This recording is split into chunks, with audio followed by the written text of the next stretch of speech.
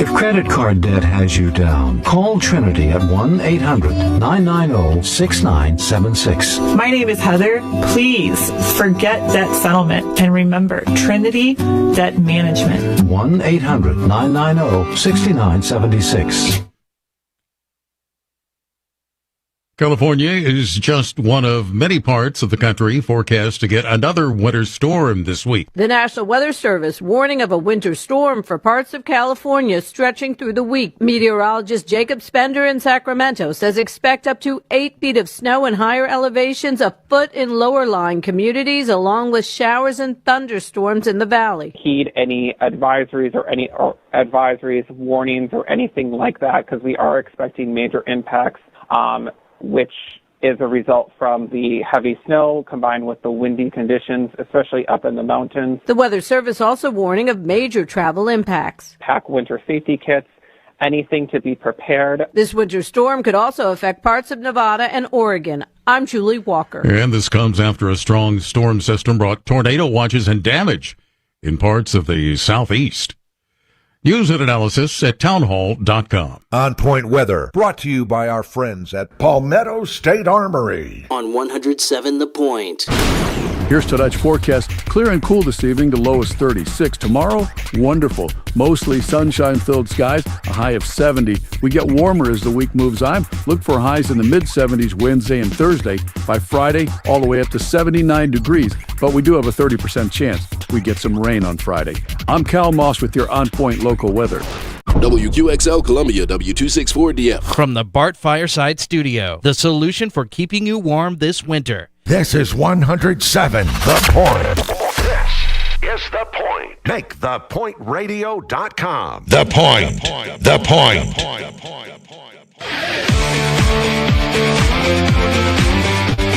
This is Sports Talk with Phil Kornblut and Chris Bergen. Sports Talk is heard across the state on radio affiliates of the Sports Talk Media Network and is streaming live on SportsTalkSC.com, as well as Twitter, Facebook, and YouTube. The South Carolina Education Lottery lucky number to call in is 888-898-2525. That's 888-898-2525. Now, here are Phil and Chris with tonight's edition of Sports Talk. All right, here we go. It's another week of Sports Talk here on the Sports Talk Media Network. Welcome in, welcome. Hope you had a wonderful weekend. I hope you did the right thing on Man Guilt Day on Saturday and took care of your business. You do okay, Plumber? Did it go all right? Did the big date with Dorothy go well? He's smiling. He's smiling, Bergie, like maybe he got it. Did he get the second base? Did you touch first and get the second? Oh, yeah. Oh, yeah. Progress. It's all about progress. Little steps. Here, there, little steps. Great to have you with us. We got so much to uncover here tonight, Bergie. Where do you want to start? We got the basketball from over the weekend. Clemson, I was at Duke, and that was a great experience. God, what a great place to watch a basketball game. Of course, the fact that you get to sit on the floor. Yeah. How about that? Yeah, I mean, that's a throwback to a lost era. You can really appreciate basketball when you watch it from the floor. You can really appreciate the great athletes that are out there. We miss that sitting up in the bleachers, up in the top deck of these arenas. And it's not just Carolina Clemson. I mean, it's all over the place. But that was fun going there. Clemson, didn't have a good second half. Started to get away from them a little bit late in the first half. Interesting game plan by Brad Brownell. They came out and they were not going to push anything. In fact, at times he stood up and put the stop sign out on his guards, like, I don't want transition. Slow it down. And then everything went inside. I mean, everything went inside for the first 7-10 minutes. The guards hardly even looked at the basket. Their game plan was to attack inside. It kind of worked. Got one of the bigs of Duke in some early foul trouble with a couple of fouls. And Godfrey was able to get some buckets inside early on. They kind of hung in there for about 15, 17 minutes, and then Duke started draining some threes. And then they came out the second half and hit them with a big shot, and And then they rolled from there. So, Duke is awfully good. Gosh, they're so talented. Yeah, they go 8, 9 deep, and if not more, and every one of them can shoot, and every one of them can run the floor. So it was a great thing to watch. And then South Carolina, of course, Gamecocks go on the road to Alabama. And you know what? I think they played hard. I think they played about as hard as they could play. I didn't see any quit, any give up in the team at Alabama. They just eventually wore down, and Alabama their guards. Their guards are really good, and they have better size than South Carolina. So just an overall better team, and they won. Michi Johnson had another really good game, but just wasn't enough. We'll talk more about the Gamecock men here in a minute. And then the women, of course, the South Carolina women. What a great win for them at LSU. I mean, they looked right down right into the mouth of the tiger there, no pun intended, and didn't blink. He didn't blink at all. It's an amazing job what Dawn Staley has done, considering that two of the best players in the country are sitting on the sideline with injuries for the whole season. And she's been able to keep this team at a very high level, ranked number 3 again this week. Gets her 500th win at South Carolina. It's an amazing job she's done. Yeah, no doubt. No doubt. And that was a difference between a team that expects to win the game and a team that hopes they're going to win the game. Yeah. And that right now is the difference between USC and LSU when they step on the floor. Gamecocks know they're going to win. They've won 18 in a row now. LSU is just hoping they can. And if they're not going to beat them on Saturday night, they're never going to, because that game was set up for them. Carolina in the first half, Phil, just didn't play all that well. They stayed in the game long enough where they could take the lead at halftime, and then they never relinquished it in the second half, but they could have blown them out. They missed 11 layups in the first half. They shot 50% on layups for the ball game. But this is a little bit different, and it would be a scary scenario if it can continue. Their outside shooting was terrific, and that's why the three-point shooting, especially Tessa Johnson, Raven Johnson, they were able to stay in the game because they could knock down some threes. LSU out-rebounded South Carolina. I don't think you or I would have expected that before the game. That was a game for the Tigers taking right there, and they choked it away at the end and lost to the better team. They had a chance at the free throw line. Flau'jae Johnson gets up there, and a chance to give them the lead. Can't convert, and Carolina made their free throws down the stretch. So to me, it's the difference in those two programs. South Carolina knows they're going to beat LSU. LSU hopes they can beat Carolina. Good points. You mentioned the Gamecock three-point shooting. They were 8 of 17, but Raven Johnson and Tessa Johnson combined to go 7 of 10. So that was big. And they made their free throws 15 of 17. So just a great win for them. And then baseball over the weekend. Coastal does the expected. Boy, great pitching, of course. After their top dog gave up a couple of home runs, they recovered from that and gave up 1 run each of the other 2 games for Fairfield, so they get a sweep. And Clemson did likewise to Army. No real trouble for the Tigers. And South Carolina goes 2-1 against Northern Kentucky. And there's some people out there right now just ready to cash in the season. They're like, we're done. Can't beat Northern Kentucky. Can't even blow them out. It's too close. It's even the wins were not satisfying to some people because they weren't big enough margins of victory. And then, of course, the Gamecocks had the audacity to lose a baseball game to Northern Kentucky. I mean, a baseball season is not played in a microwave oven. All right, it's not quickie popcorn here. 2.5 minutes and it's ready to eat. Baseball season has to marinate. It has to marinate, and you got seriously, Bergie. I've seen, do a lot of reading. I read other people's opinions, see what they're saying, et cetera, and a lot of people just like it's going to be a terrible season. The play, even I guess that Maneri could have done himself a favor by not talking about, in his opinion, that his players in that last game. I guess it was on Saturday. Needed to rest after playing a doubleheader. Yeah, that's no, I agree. Probably could have done without that, but I mean that's he's speaking his mind on that. I don't know why he would say that, but he said what he said there. And if players aren't going out and busting tail and are tired after 2 games, and there's something wrong with them. They're the youngsters. They're the youngsters in the group. They shouldn't be impacted by playing 2 games on a Friday and coming back and playing a game on a Saturday. I don't know what was going on with that. The Gamecocks didn't swing the bats all that well. They did pitch pretty well. They got some good performances out of the bullpen. So, I mean, there's some good things to look at there, and there's some things that weren't so good. But it's one series. It's 3 games. They got 2 games midweek and then another weekend series coming up. So they got a 5-game week ahead of them. And they got Clemson looming on the horizon. So you got to give it 3 weeks. You got to get through that Clemson series before you can seriously draw any sort of conclusions about either the Clemson team or the South Carolina team. Well, and Phil, I think there are a lot of fans, Carolina fans, who are still stung from last year and how bad it was, and they don't like Maneri. And so the narrative is going to be, let's make sure every loss gets magnified so we can get this guy out of here. Whether or not it's true, that's sort of the way it appears. Mm-hmm. The Carolina fans just do not like him for whatever reason, partly because of last year. And you're right. If they go 2-1 every weekend the rest of the year, they're going to be in pretty good shape. Now, you would hope they would beat teams like Northern Kentucky. I get you'd want to sweep those. I'm not trying to say this was a outstanding weekend. Yeah. But again, as you pointed out, even Ray Tanner is probably his best team ever that didn't go to the College World Series. Lost 10 games in a season. Yeah. You're not going undefeated. This is not an undefeated sport. No, it's not. No, it's not. So I think everybody needs to take a chill pill when it comes to all of that. You can't get too high. You can't get too low. You got to baseball is a marathon. It's not a sprint. So, but we'll see. We'll see how things develop. I saw signs out there of a team that can be pretty good, but we'll see how things develop over time. You got to give them a chance. Of course, the 500, what'd you expect? A down-to-the-wire finish. I'm just glad that they didn't – well, they did wreck.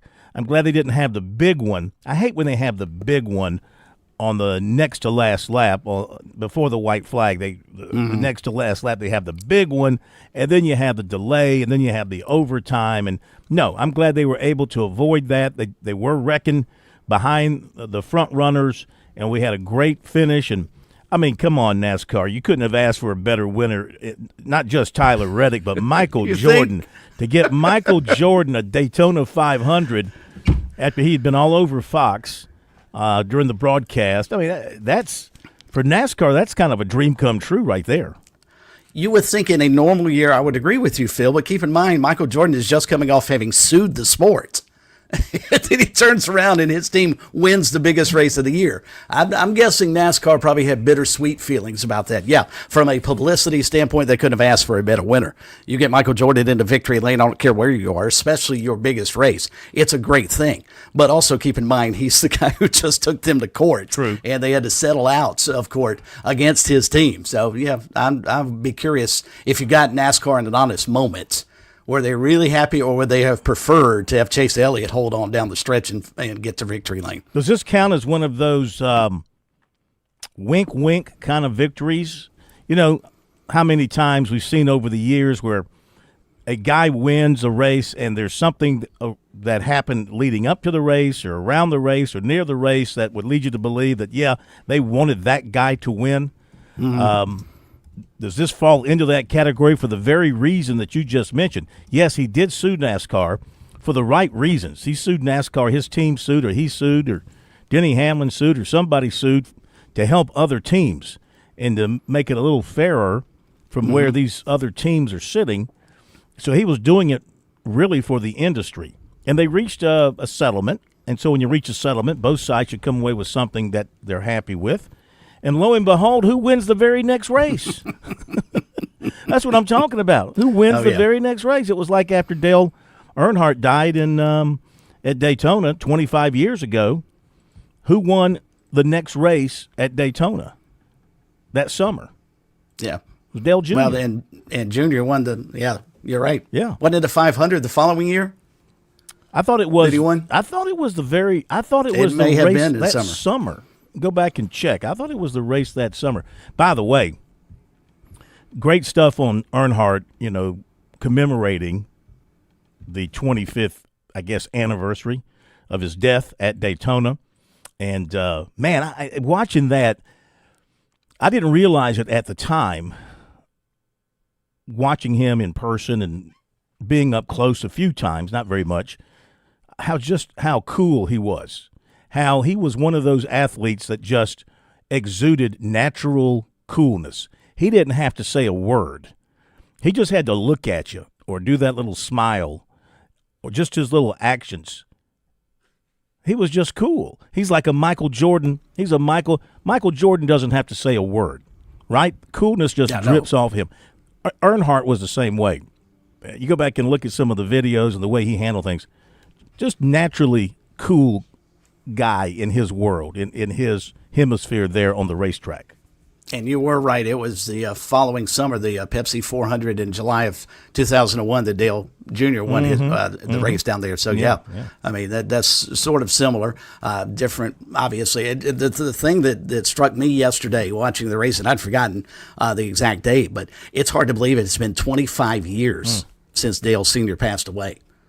You know what else happened on that day? On that day. You know what else happened on that day? Clemson basketball beat, I think they were top-ranked, top-ranked North Carolina in Little John Coliseum on that Sunday. I was at that basketball game. I didn't know what had happened at Daytona until I got and met family and friends at a restaurant when I got back into town.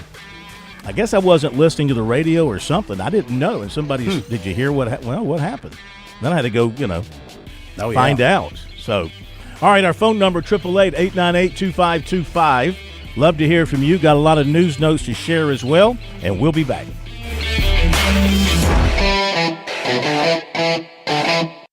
Too tough to tame? Try too rough to ride. Nothing about this place lets you sit back. It rips up your tires and tears at your heart. Let's go! History, glory, consequences. That's Darlington, where stripes are well earned. The Goodyear 400, NASCAR's best, face the lady in black. And this spring, how about that? She'll leave her mark. Hell yeah, boys! NASCAR weekend at Darlington Raceway, March 20th through the 22nd. Get your tickets now at darlingtonraceway.com. It might be tough to picture your kid in college today, but it'll be here before you know it. Future Scholar, South Carolina's 529 college savings plan, makes it easy to start saving right now. You can start with any amount. Savings grow tax-free, and friends and family can chip in too. Discover the smart, easy way to save today at FutureScholar.com. That's FutureScholar.com. That's FutureScholar.com. Looking for a new car? You need to think about a Kia.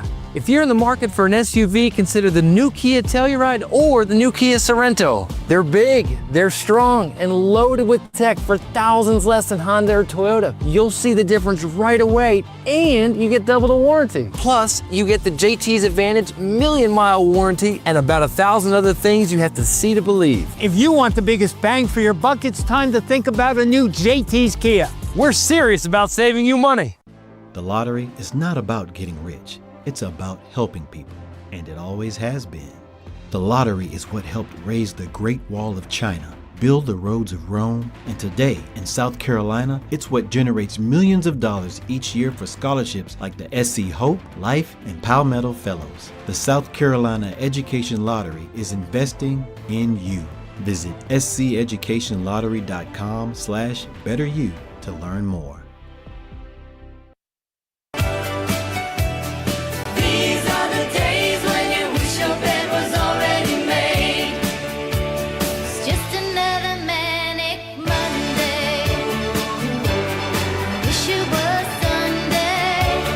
All right, a lot of notes to get to, recruiting as well, but let's hear what's on your mind after the weekend. That phone number, 888-898-2525.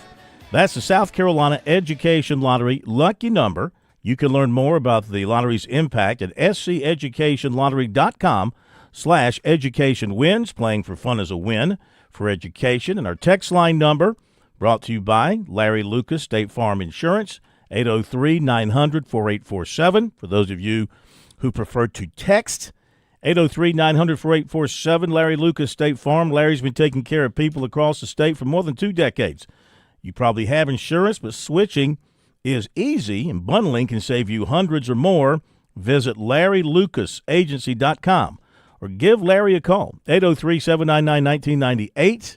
That's the Columbia office, corner of Hardin and Gervais, and the Lexington office right behind the Mellow Mushroom, 803-359-0770, 803-359-0770. Let me give you the poll question of the week as well to get things rolling. And that is this. Dawn Staley, won her 500th game at South Carolina Saturday.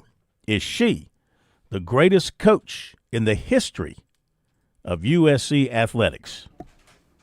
Your choices are yes, she is. No, it's Frank McGuire. No, it's Steve Spurrier. No, it's Ray Tanner. I know it's a tough question. It's a tough question. It's an easy question. Oh, okay. What's the answer? It's one of the easiest ones we've ever had. And if you're not voting for Dawn Staley, you're wrong, first off. And secondly, it's one of two reasons. You don't like women's basketball or you have something personally against her, because there's no argument to be made. She is not the greatest coach in USC history. Just look at her resume. Well, 75.8% of the votes so far agree with you. 18.2% have come in for Frank McGuire. 6.1% have come in for Ray Tanner, and Steve Spurrier has not gotten a vote. Wow. Now, we got to talk about that for a moment. Steve Spurrier, he brought you the greatest run in Gamecock football history. Mm-hmm. He won a division, which really, when you think about it, they've won one conference championship. That was the ACC in '69. But winning an SEC division, pretty equivalent to winning an ACC championship. But it doesn't count as a conference championship, just division championship. And it would have gotten them into the playoffs now. It would have gotten him into the playoffs. Exactly right. Mm-hmm. Beat Clemson all those years. I mean, not a single vote as your greatest coach ever. How about, and Ray Tanner, I mean, all he did was win 2 national championships, play for another, and make 6 trips to Omaha. And he's won, I think he's won like almost 700 games, or he won almost 700 games, 600 and something games. You know, June Raines, I believe I'm right. I think June Raines is the all-time winningest coach at South Carolina in any sport, like over 700 wins I think he had during his career. I'd have to look that up to be 100% sure. I'm just guessing at that. No, and Tanner's resume is right behind Dawn Staley's. There's no question. That 3-year run that they had when he won a couple of College World Series titles and almost won a third, that's never going to be duplicated, I don't think, in college baseball again, what they were able to accomplish. So he would be easily the number 2 choice, in my opinion, behind Dawn Staley. All right. And one other quick note. You saw over the weekend, it was Matt Zenitz who reported the local Gamecock media followed up and confirmed that Joe T. Camillus leaving to go to the Raiders as their special teams coordinator. Big loss. Let's go back and look at what he did at South Carolina. He did a lot of great things. I mean, he had to totally rebuild the special teams personnel this past season. And what did he have? He had a terrific punter who was like the second leading freshman punter in the SEC, I think it was. Had a field goal kicker who only missed 3 kicks the entire season between field goals and extra points. So, I mean, he did a really good job. So, I don't know anything. I'm not suggesting this person, but someone who might possibly be a name to keep an eye on for this reason, Mark Tommerdahl. He is the special assistant to the head coach at TCU. So, I'm thinking connection there with Kendall Briles. So he's had over 25 years of experience coordinating special teams. He's not doing that right now. I'm just trying to think if Kendall Briles puts that name in front of Shane Beamer. And Beamer's done well with older coaches for his special teams. You know, Pete Limbo to get it started, of course. And so I'm just saying this might be a name that could be a possibility. Mark Tommerdahl. If Kendall Briles suggests that to Beamer, he would be there for the asking since he's not coaching that position right now. He's working as a special assistant to the head coach. He might not be interested in coaching again. I don't know. I just threw that name out there because of the connection with Kendall Briles. We'll see if that leads to anything. Okay, let's go to the phones, 888-898-2525, the number. And Tiger Bryan is leading us off tonight into the jungle of phone calls. Hello, Tiger Bryan. How are you? I'm doing great, man. How y'all doing, my friends? Good.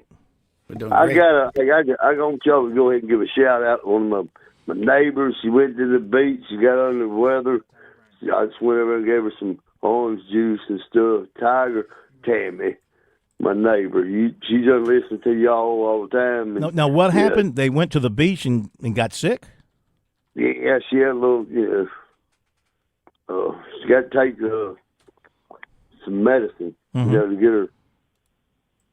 She told me she gonna cut me. She got a kidney stone. So she don't cut my ass for it. She said, "Don't say nothing about it." But you already did. But you did. Yeah, but But I had one. You ever had one of them? Fortunately, no. Oh, God bless you both. Hey, you had one. I've had one at 48 years old. I quit drinking milk. But she's gonna cut my tail about it. But you know what? I'm gonna tell you what. I tie between Staley and Tanner. I'd be a tie. But I bet all the rest of them wish they were getting paid like Staley is. Absolutely. I mean, but she, what? Based on what she has produced, she's worth every penny of it. Now, it might be draining your athletic department funds, but based on if she were a man and if she were coaching a man's sport and she was winning like that, Bergie, she'd be making $15 million a year. 3 national titles and 5 straight trips to the Final Four. Yeah, you're right. Hey, what happened to my boys, my Tigers? Is Duke that much better, or we fell asleep? Well, Duke is better, talent-wise, player for player. Obviously, they've got better overall talent.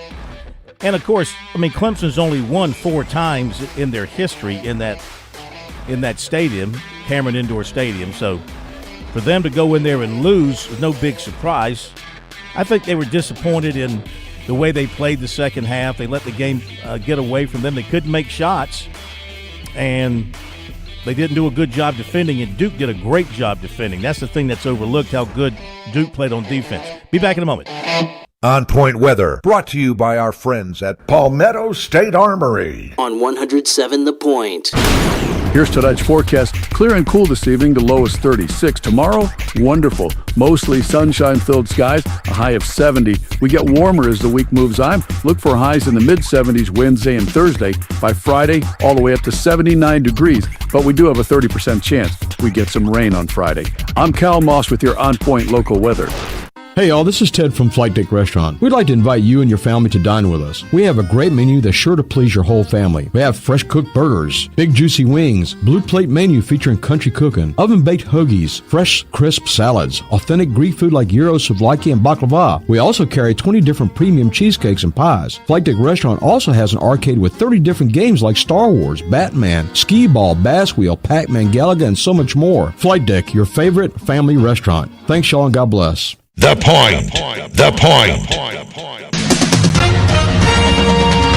With SRN News, I'm John Scott. California being walloped by a powerful winter storm carrying thunderstorms, strong winds, and heavy snow in the mountains. Millions of residents in Los Angeles County facing a flash flood warning. Forecasters expect extreme Sierra snow through late Wednesday.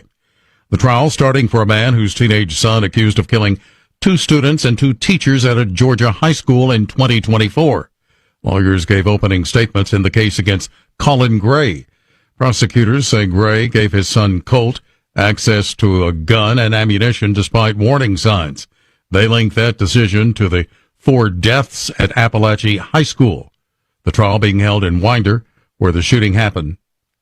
Robert Duvall, the Oscar-winning actor, has died. He was in the first 2 Godfather movies. He first gained notice for a small part in The Reclusive Neighbor and To Kill a Mockingbird. This is SRN News. Are you tired of that dripping faucet driving you crazy? Is your drain doing more of a gurgle than a flow? Don't despair. Franklin Plumbing and Drain Cleaning is here to save your day. Serving our community as locally owned plumbing experts, Franklin Plumbing tackles everything from minor leaks to major clogs. And we're talking fast, friendly, reliable service. They respect your home. They respect your wallet. Josh and his team offer upfront pricing, and that's important. This team I'm talking about, they're fully licensed. They're insured technicians. They're ready for any plumbing crisis that you might encounter. Whether Whether it's routine maintenance, a stubborn blockage, or a total plumbing overhaul, they'll get the job done right the first time. They've been out to my home, my brother's home, even his business. I'm comfortable, very comfortable, bragging on Franklin Plumbing and Drain Cleaning. Stop letting plumbing problems disrupt your life. Call Franklin Plumbing and Drain Cleaning today and experience the difference that true expertise makes. Visit their website, franklinplumbing.sc.com, or give them a call, 799-2222. That's 799-2222. Franklin Plumbing and Drain Cleaning.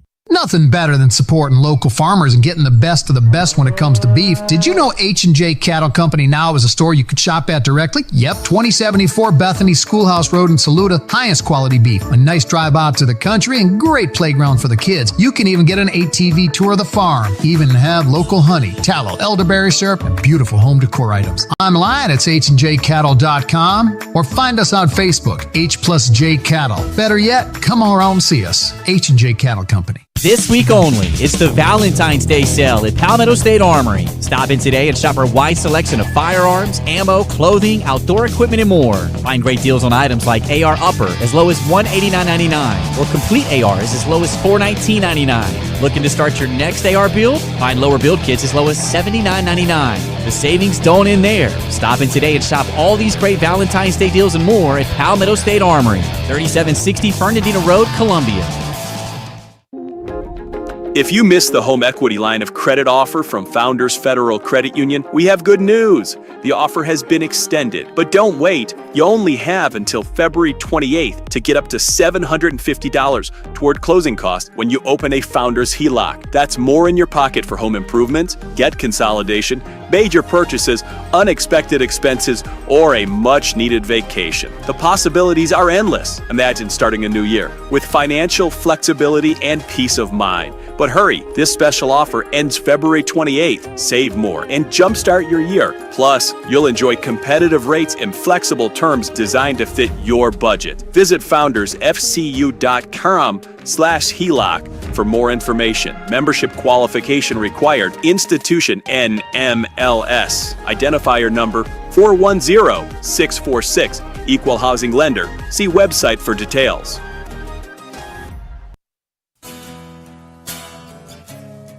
Smell that? Napalm, son. Nothing else in the world smells like that. I love the smell of napalm in the morning.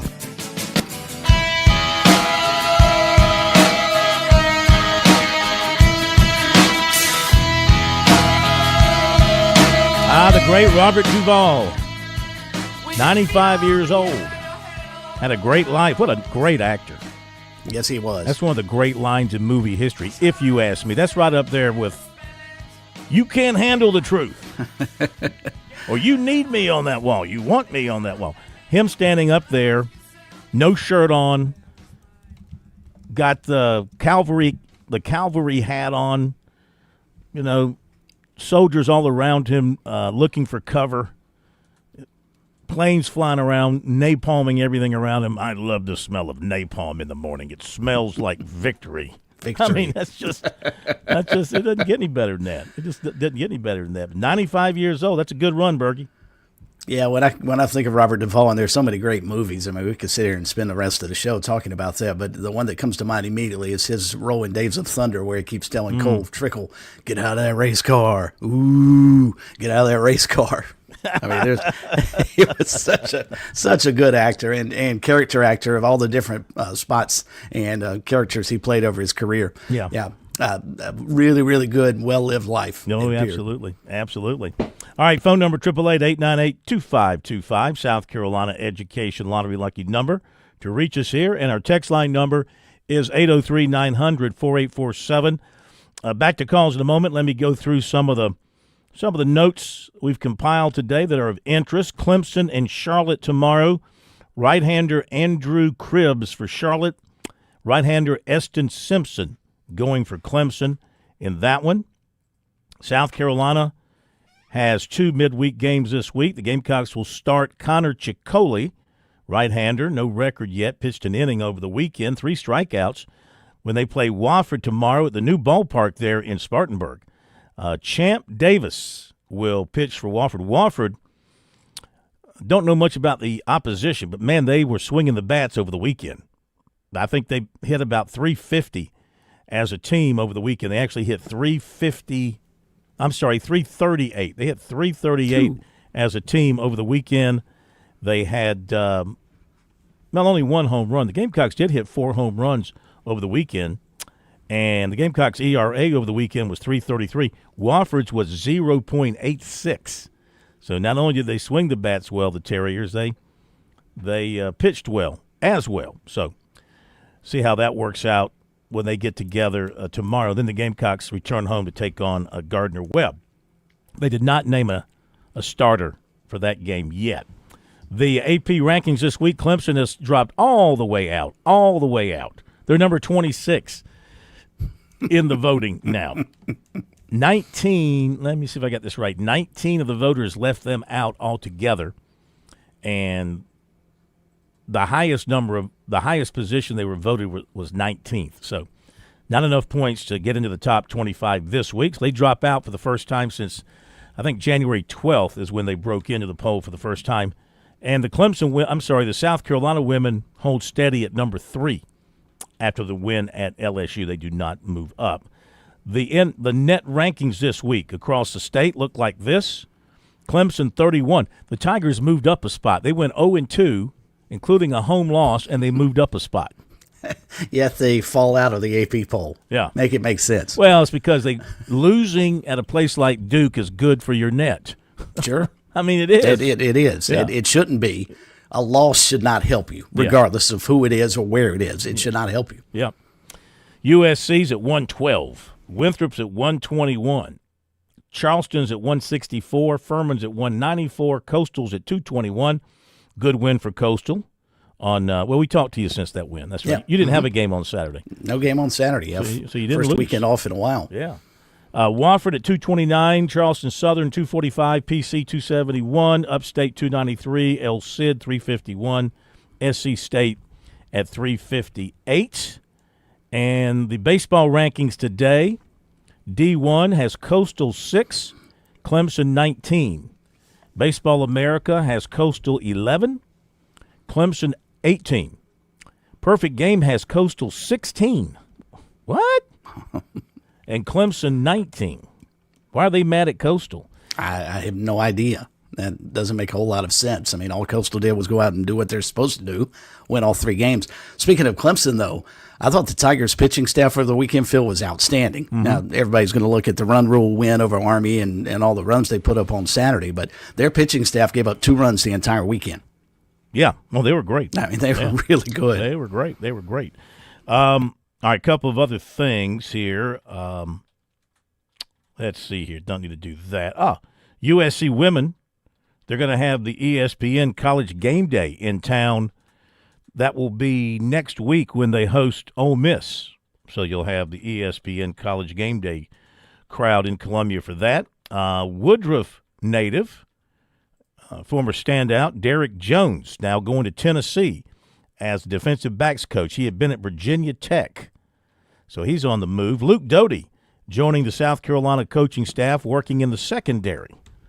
He just can't cut loose. He just can't let himself leave USC and Columbia. 6 years in a uniform. You knew he was going to be a coach. Yeah. I mean, that's obviously what he wants to do. I am surprised, though, he wanted to go on to the defensive side. This is maybe along the lines of having Grayson McCall at Coastal Carolina coach the wide receivers, teach them a different position.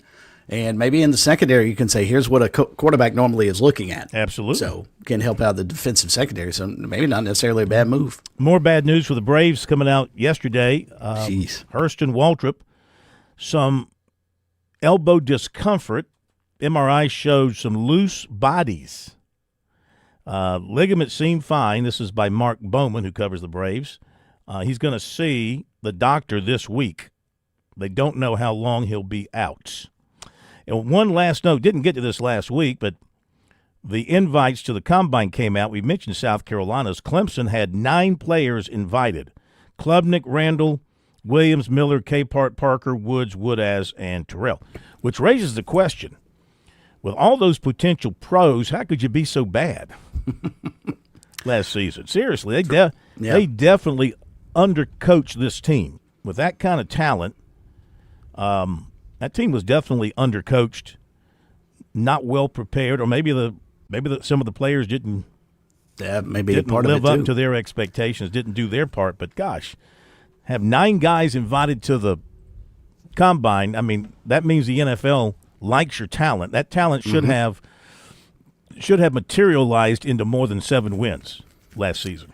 If you're Adam Randall, are you playing running back, or are you trying to go back at wide receiver to make an NFL team?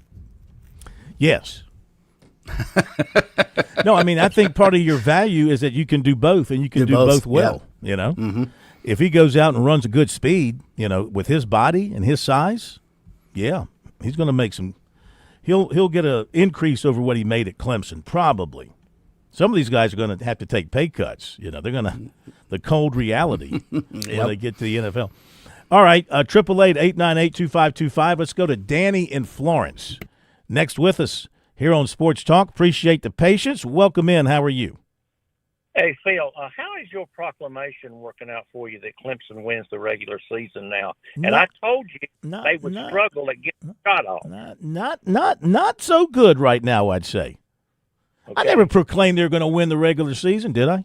You did. Yes, you did. Is there proof of that? Where's their proof? Well,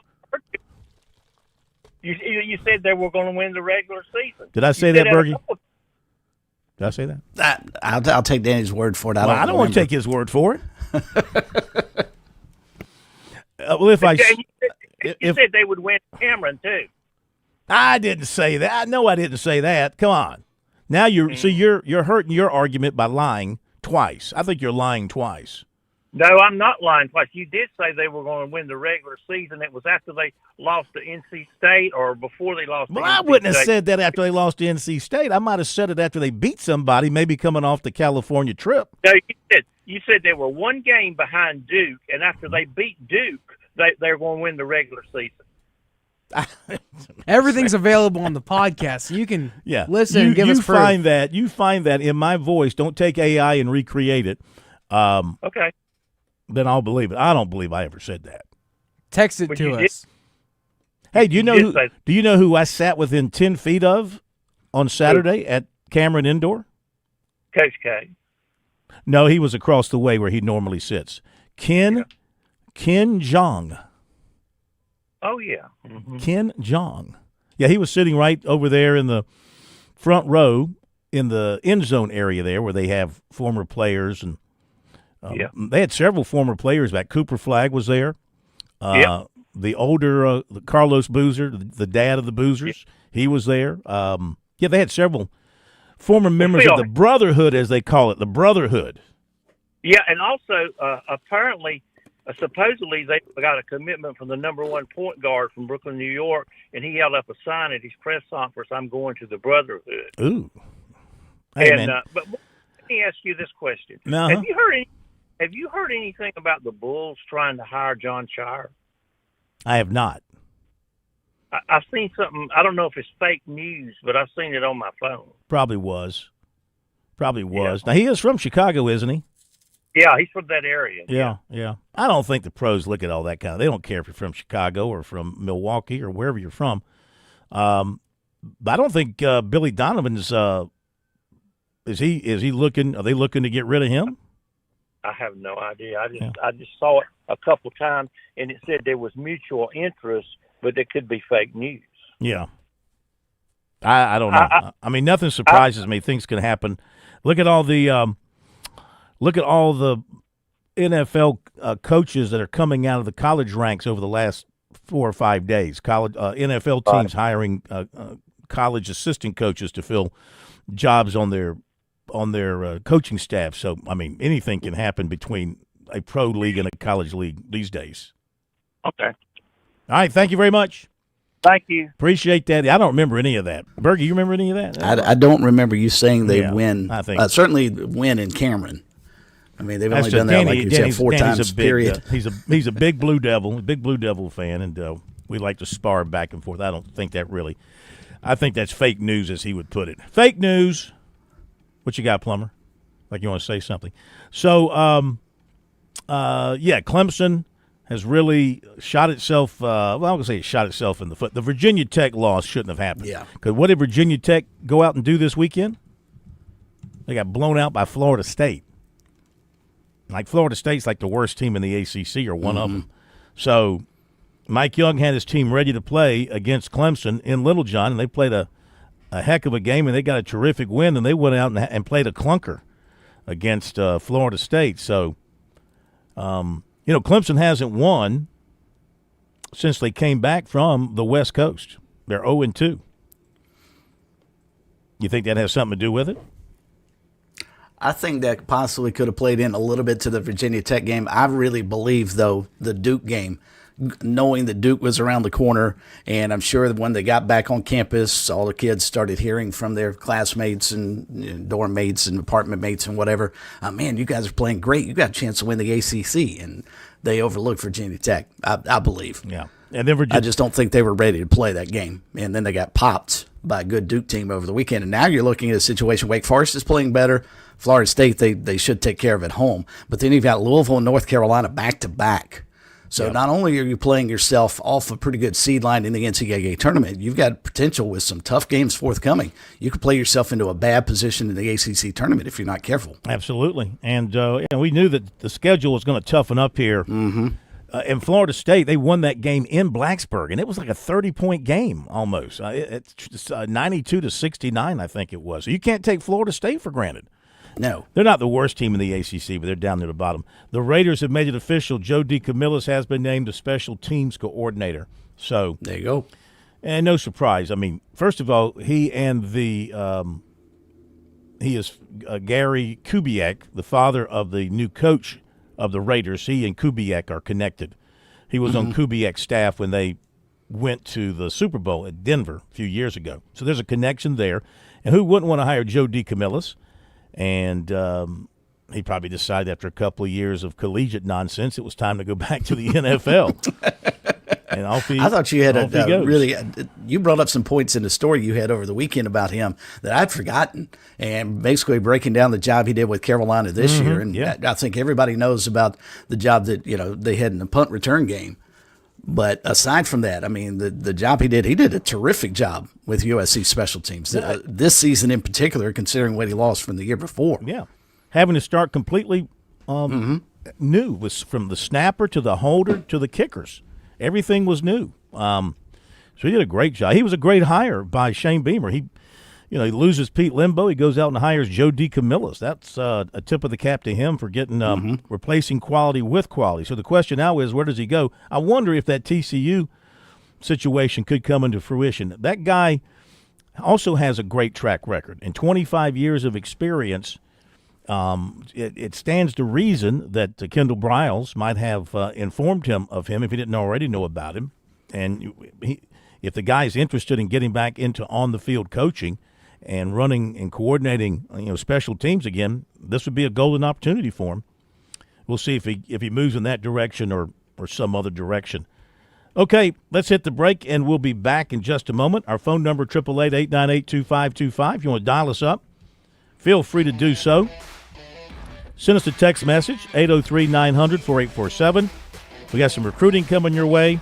Scott Hamilton, bottom of hour number 2, the AP voter in South Carolina. He left Clemson off his ballot this week. Always like to talk to Scott about his voting and what he saw from the week that was in college basketball. And we'll be right back. Too tough to tame? Try too rough to ride. Nothing about this place lets you sit back. It rips up your tires and tears at your heart. Let's go! History, glory, consequences. That's Darlington, where stripes are well earned. The Goodyear 400, NASCAR's best, face the lady in black. And this spring, how about that? She'll leave her mark. Hell yeah, boys! NASCAR weekend at Darlington Raceway, March 20th through the 22nd. Get your tickets now at darlingtonraceway.com. We're with Major Billy Downer of the Department of Natural Resources. Major Downer, let's say I'm out in the woods or I'm on the water and I need to reach a DNR agent. How do I do that? Operation Game Thief, Phil. It's been around 30-plus years. You can call us at our 24-hour hotline any time of day, 1-800-922-5431. To report wildlife violations or to get help if you're in trouble in the woods or on the water, call us at Operation Game Thief, 1-800-922-5431. There's a lot of things we take for granted in our lives. your home's AC will run cool, your drive-through coffee will be hot, and the car will start when it's time to take your kids to school. It's when things don't go as planned that you start thinking about who to call and where to turn. The good thing is, you can prepare for life's most difficult days by calling the Larry Lucas Agency today. Larry is a State Farm agent that has been taking care of people across South Carolina for more than 2 decades. You probably have insurance, but switching is easy, and bundling can save you hundreds or more. Most importantly, the Larry Lucas Agency can help you choose the protection you want at the price you want. All backed by South Carolina's #1 home and auto insurance company. Visit LarryLucasAgency.com today or give Larry a call at 803-799-1998. Like a good neighbor, Larry Lucas State Farm is there. Hi, Phil Kornblut here with our good friend George Bryan III. Heard every Friday night on Birdies, Bogeys, and Biceps right here on Sports Talk.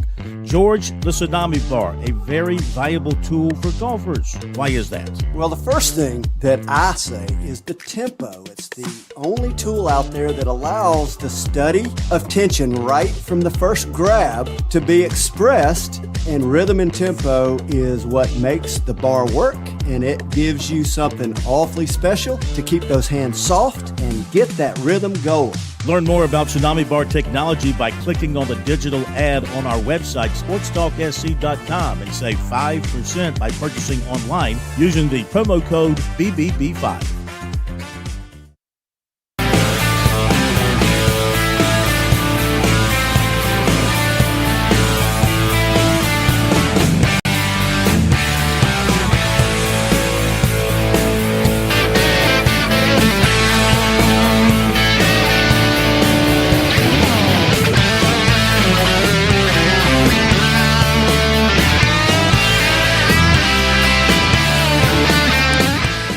High school basketball tournaments across the state.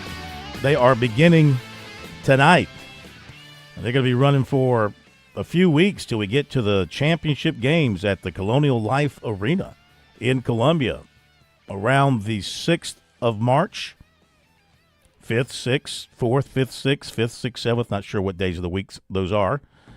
What days of the week those are, but that's when the championships will be taking place. So we got some games getting underway tonight in the state playoffs. So we'll be keeping a close watch on that. In fact, you've got, for example, 5A Division II boys getting underway tonight. So look forward to following that and keeping up with what happens on the tournament scene there. Phone number 888-898-2525.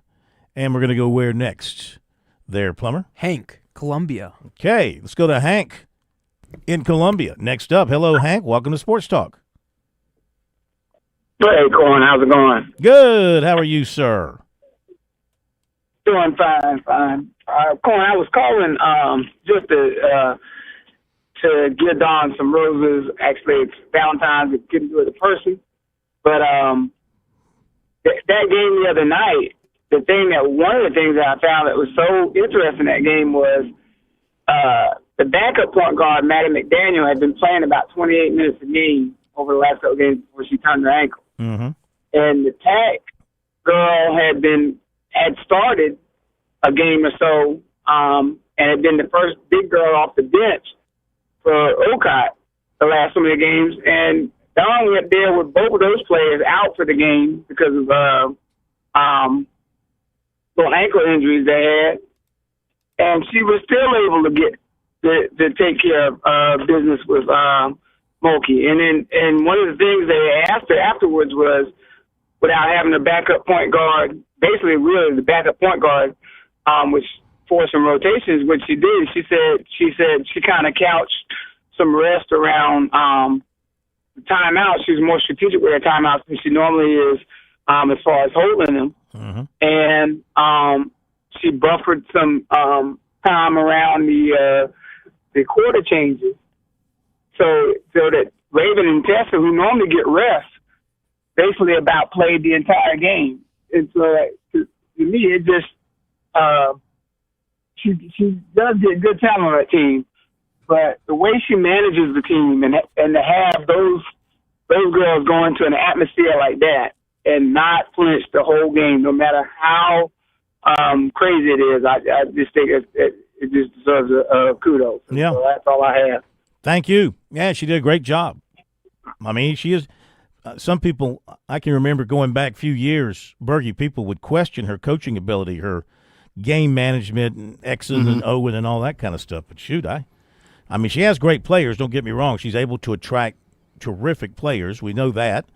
The talent is always high, has been always high. Well, it hasn't always been high, but after a couple of years in building her program, once she started getting some of the best players in the state to stay home, like Alicia Welch and others like that, and then, of course, the big breakthrough with Asia Wilson, the talent's always been there. But the coaching, her coaching, looks really, really good to me. I mean, she coaches with confidence. She coaches like she knows her players, each individual player's role and how they're going to handle certain situations. So I think that's key for a coach to kind of know that and put the players in the best situation to win, taking advantage of their strengths. And, you know, she needed a big game from her guards against LSU, and she got it. She got 40 points from her backcourt. And she did, like Hank pointed out, I mean, she didn't have the deepest of benches going for her. The injuries, are kind of shortening that bench a little bit because only 6 players played double-figure minutes, and another one played 9 minutes. So bench, as these games get more important, of course, the bench will get shorter as she plays the best players the most. Well, and Phil, going back to when we were talking earlier about the game, they won this game again, as Hank pointed out, tough place to go win against a very good team without getting much out of Joyce Edwards. They're arguably their best player. Fouled out of the game, only finished with 10 points. Tanaya Latson came in, leading scorer in the country last year. She only hit 8, and they still found a way to win. And to me, it goes back to just a mindset. They know they're going to beat LSU. I don't think LSU is anywhere close to that in terms of mentality going in. Ocott had 12 and 17. They can always find that gal to go get the rebound. Top of the hour.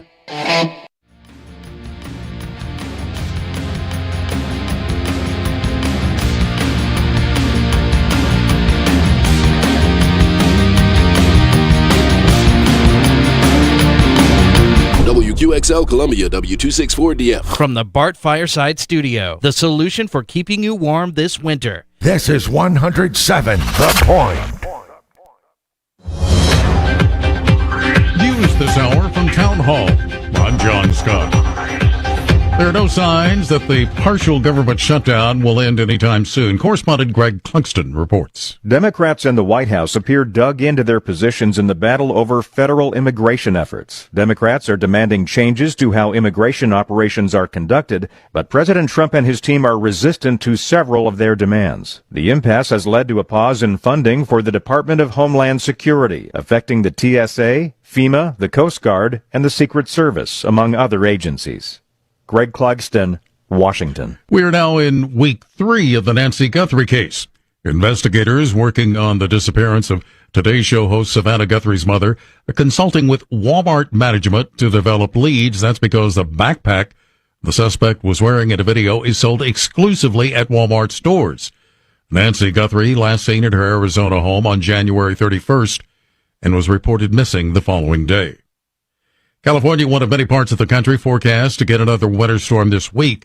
Jacob Spender, a National Weather Service meteorologist in Sacramento, says higher elevations will get more snow while the lower-lying areas will get less. If you are up in the higher elevations or the highest elevations within the Sierra, the coastal range, and those areas like the Southern Cascades as well, we're looking at 4 to 8 feet. But then as we get down to around 2,500 to 3,500 feet, we're looking at around a range of 1 to 2 feet and up to a foot as we get down to 1,500 to 2,500 feet. Meteorologist Jacob Spender. Winter storm warnings were in place from southwest Oregon to the southern California border. No trading today as Wall Street observed President's Day, which is a federal holiday. The markets will reopen Tuesday morning. More on these stories from townhall.com.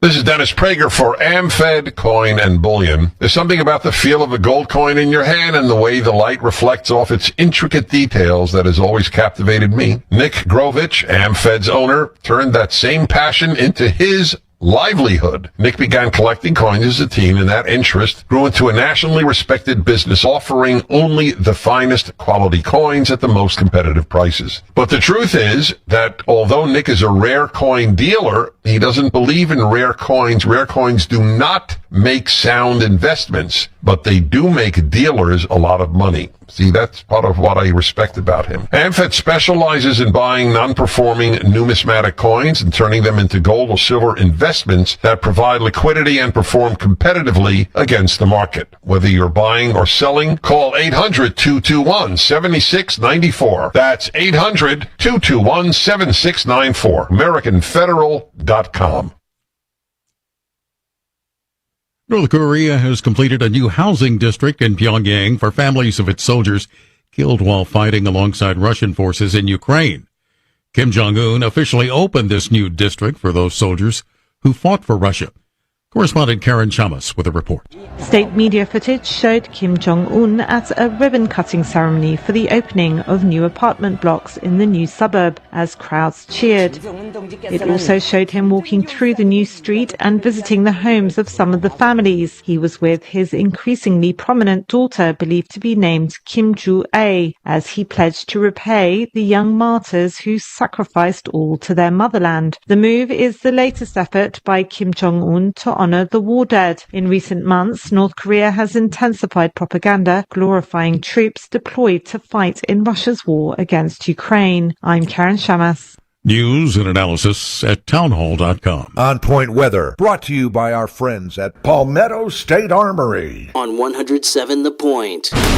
Here's tonight's forecast. Clear and cool this evening, the low is 36. Tomorrow, wonderful. Mostly sunshine-filled skies, a high of 70. We get warmer as the week moves on. Look for highs in the mid-70s Wednesday and Thursday. By Friday, all the way up to 79 degrees. But we do have a 30% chance we get some rain on Friday. I'm Cal Moss with your On Point local weather. WQXL Columbia, W264DF. From the Bart Fireside Studio, the solution for keeping you warm this winter. This is 107 The Point. This is The Point. Make thepointradio.com. The Point. The Point.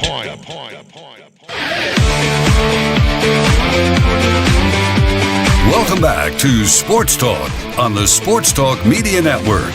You can reach the guys with the South Carolina Education Lottery lucky number, 888-898-2525. That's 888-898-2525. Now back to Phil and Chris with the second hour of Sports Talk on the Sports Talk Media Network.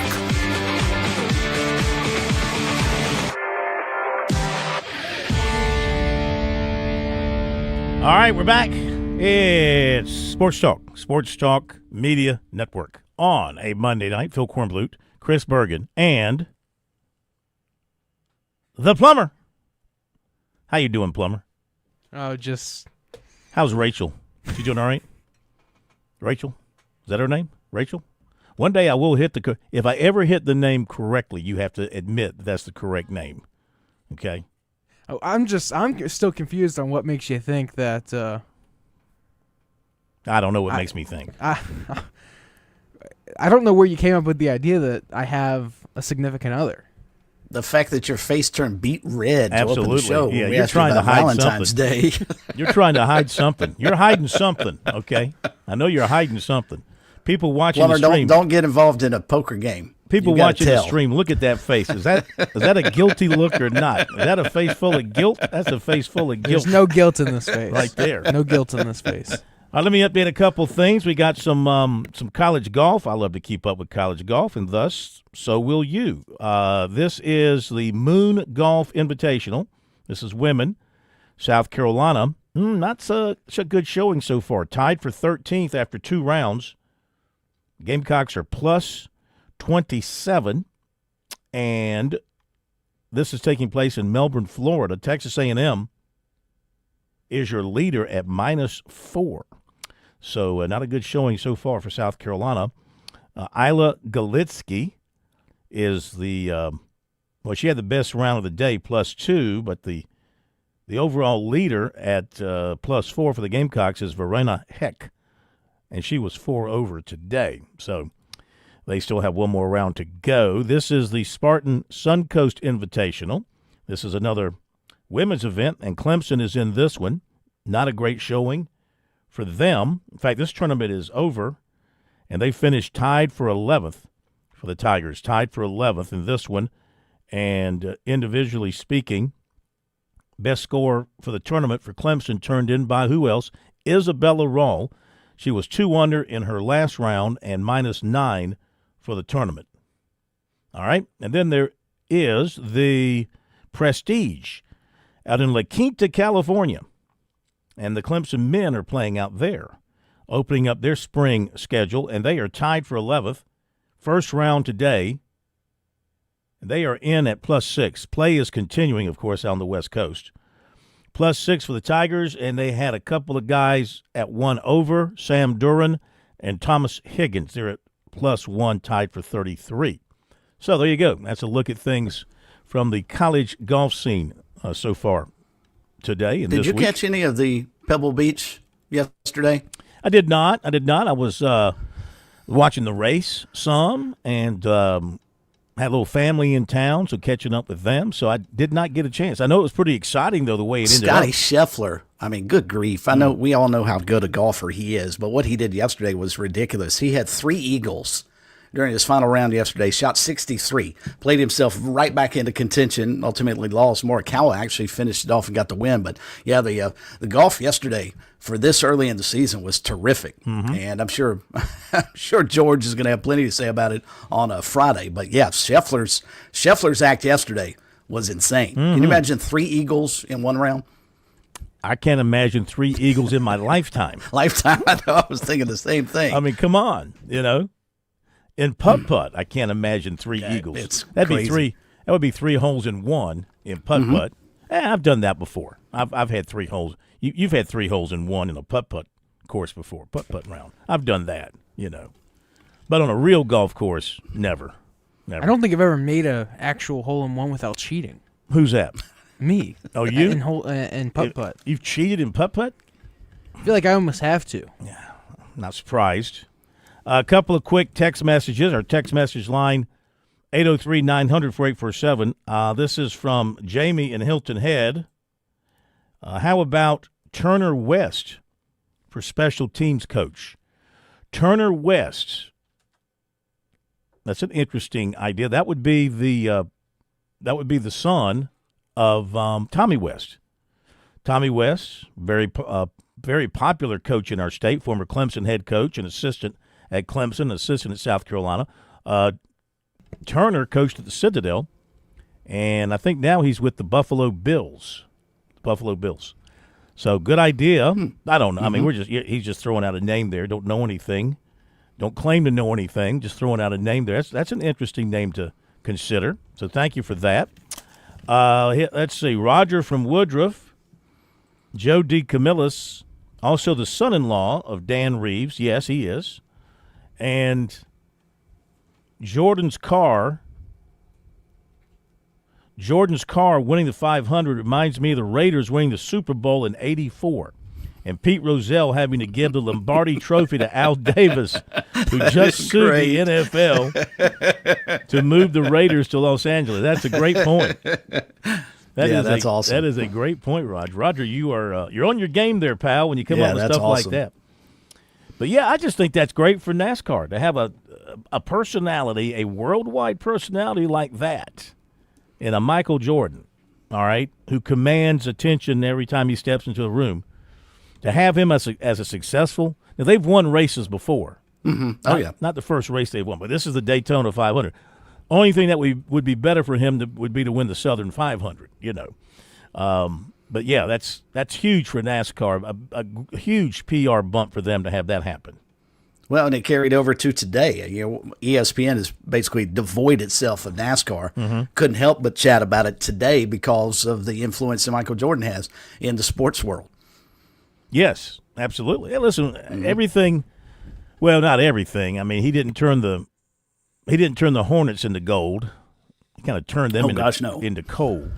But, I mean, pretty much everything he's touched in his athletic career has turned to gold, you know, and he's turned nickels into gold.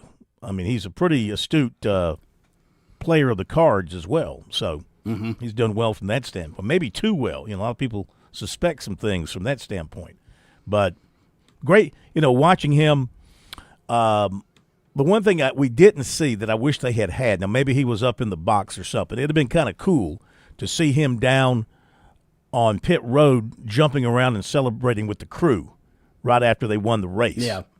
He might have been upstairs up in the booth or something, up in the pit, what do they call that? The pit box? In the pit box. Up in the pit box. So that would have been kind of cool. And by the way, and as much as I like to give NASCAR criticism when it's well-deserved, and I think it's probably 90% of the time, props to them yesterday because, you know, they had that first wreck on the last lap, and the leaders had gotten past it. It would have been very easy to throw the caution there. They let them race back to the finish, and I think that's what all fans want to see. If the wreck is not going to have an impact on the finish of the race or that lap, then let them finish. And that's exactly what NASCAR did, and props to them for doing so because you got a terrific finish. And something thankfully, Chase Elliott didn't win. It turned out great. You didn't want Chase Elliott to win? Oh, gosh, no. Oh. Never have been a fan of his. Really? So him not winning was about as exciting for me as Michael Jordan winning. How could you get mad at a NASCAR driver? I'm not mad at him. I just don't like him. There's a difference. Well, something else they should have learned. Start races at Daytona earlier in the afternoon. Novel idea, right? I think Jeff Owens has made that argument before, hasn't he? Or was that you? It's probably Jeff. I mean, but it's an astute comment because you're going to get thunder showers in Florida in the afternoon. It's almost guaranteed. You start at 12:30. Of course, they were supposed to start when they announced they were going to bump it back to 1:30, right? Yeah, right. I don't think the green flag dropped until about 2:20 yesterday. Oh, really? Well, yeah. They need to start that thing earlier, and they were able to get the whole thing in, you know. So that was a lucky move on their part. Let's go to Andy in Columbia next. 888-898-2525, the number on this Monday edition of Sports Talk. Welcome in, Andy. How you doing? I'm doing good. How about you, Corn, Chris, and Josh? I hope you all had a great weekend. Yes, sir. You know, one thing with Staley and Tanner, one plus for Tanner. I don't think anybody's ever going to win consecutive games at the College World Series as Tanner did on that run. Yep. I don't think that'll ever be broken. What was it, 24, 22, 24? I don't know if it was that many, but it was in the 20s, I believe. Amount of games. I can look that up. Go ahead. You know, and then Saturday night's game. Do you realize that LSU had 18 offensive rebounds against South Carolina? I did not catch that. They're still able to pull it out. And then the only two free throws that South Carolina missed were the first two that Raven Johnson took. The rest South Carolina hit. And that was a big thing. And if you remember in the past, South Carolina has had problems at the free throw line. I'm probably putting a big jinx on them. But it seems this year they've been a lot more consistent at the free throw line. But I'll tell you what, Tessa Johnson, that girl was fire. I mean, she was just bombing. And Ocott. Excuse me. Ocott. Yeah, she was just fabulous on the inside on the boards. So, but the fourth quarter, I think LSU got a lot of their offensive rebounds. Flaugier seemed to be all over the place for a while there, but one thing that I just love is watching Mulkey lose. I just can't stand her. I just think that she's just an embarrassment to women's basketball in the way that she acts, and kind of even if you watched her in the huddle that one time when they came and asked who can, she was screaming at her girls, who can guard Tessa, who can guard Tessa. Do you ever see Coach Staley in that kind of showing that kind of? Oh, I'm sure. I mean, she might get mad, but I don't think you see her as negatively as Kim Mulkey on numerous occasions. Well, different coaches It's coach almost as different bad ways. as They Vic push Schaefer crying. They push buttons different ways. By the way, in the fourth quarter, LSU had 12 offensive rebounds. South Carolina had 0 in that fourth quarter. He got 3, I think it was, on one possession before they hit a 3 out of the corner. Here's the thing. LSU had 25 shots in the fourth quarter. South Carolina had 12. But LSU only made 7, and they were 0 for 6 from 3 and 3 of 8 from the line. And the Gamecocks made 1 3, but they were 8 of 8 at the line. So if LSU's making some shots in the fourth quarter, they win that game. And let's not forget, South Carolina started off 3 from 7 with layups in that first quarter. Mm-hmm. So you can turn around and say the same thing, too. If South Carolina would have hit some of their layups at the beginning of the game, it would have been a whole different situation, too. Mm-hmm. So, what gets me is this. South Carolina's sitting in the third position. I mean, 2, 3, does it really matter? But if you look at the teams South Carolina has beaten in the top 25, and you compare it to the teams that UCLA has played, I think you'd find South Carolina has a much stronger resume. What do you call it? Resume. Net resume or net Mm-hmm. in women's basketball. It's probably even higher net than UConn's, I would say. Well, we can look that up to be But sure. I could be wrong. It's I could be wrong. Yeah. But UConn plays some pretty big stiffs right now. I guess it's not their fault they're in a terrible conference. Well, the net has But, it just like the ranking. UConn, UCLA, South Carolina. Those are the top 3 in the net through yesterday's games. Then Iowa 4 and LSU 5. That's the women's net. But South Carolina, so they have let's LSU see. over Texas. UCLA has played 15 quad 1 games. They're 14-1. South Carolina's played 9. They're 7-2. So, UCLA's they've played a tough schedule. UConn's only played 6 quad 1 games. They're 6-0, obviously. Yeah, now UConn, to Andy's point, it's not their fault that the Big East is terrible in women's basketball. But, yeah, UConn's always going to have the strength of schedule. The argument, they're not going to have that argument. It's just they're that much more talented, I think, than everybody else.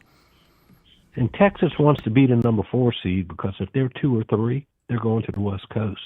If they're number 4 seed, they're going to be in Texas with UConn at 1 and them at 4. Here's the big question. I don't claim to know a lot about women's basketball. I don't claim to know a whole heck of a lot about women's basketball, just what I see from South Carolina. But really,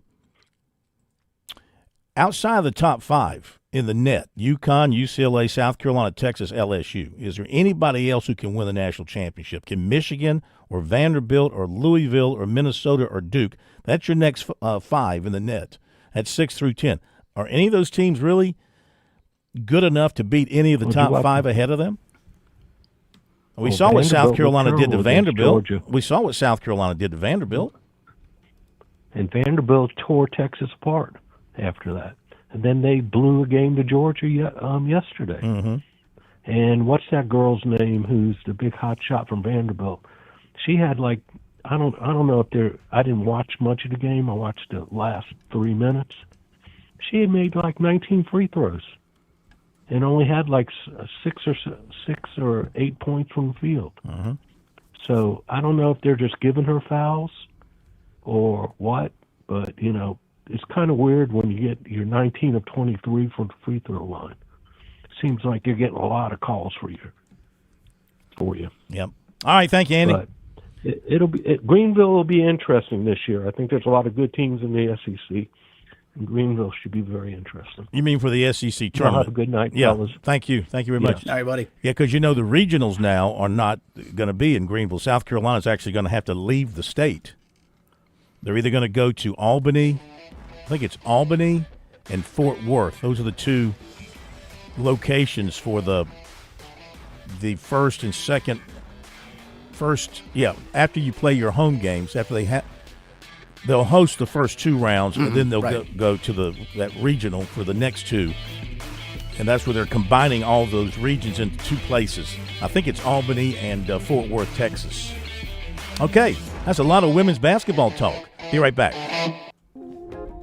If you missed the home equity line of credit offer from Founders Federal Credit Union, we have good news. The offer has been extended, but don't wait. You only have until February 28th to get up to $750 toward closing costs when you open a Founders HELOC. That's more in your pocket for home improvement, debt consolidation, major purchases, unexpected expenses, or a much-needed vacation. The possibilities are endless. Imagine starting a new year with financial flexibility and peace of mind. But hurry, this special offer ends February 28th. Save more and jumpstart your year. Plus, you'll enjoy competitive rates and flexible terms designed to fit your budget. Visit foundersfcu.com/HELOC for more information. Membership qualification required. Institution NMLS. Identifier number 410646. Equal housing lender. See website for details.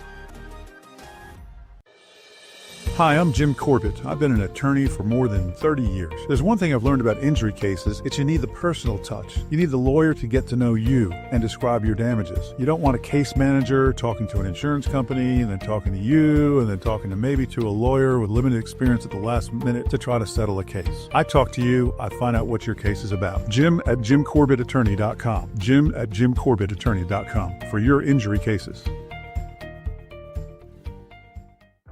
If you want to reach sports fans, there's no better place than the Sports Talk Media Network. We give your business exposure on over 20 radio affiliates across South Carolina, plus online at SportsTalkSC.com and on our growing social media platforms. That means radio, digital, and social, all working together for your brand. Our audience is loyal, engaged, and they trust what they hear from us. We partner with local businesses, regional brands, and anyone who wants to connect with real sports fans. From live reads and sponsorships to digital advertising, we'll build a custom campaign to fit your goals and budget. Ready to advertise with Sports Talk Media Network? Visit sportstalksc.com/sales-contact. That's sportstalksc.com/sales-contact. Sports Talk Media Network. Advertising that reaches sports fans.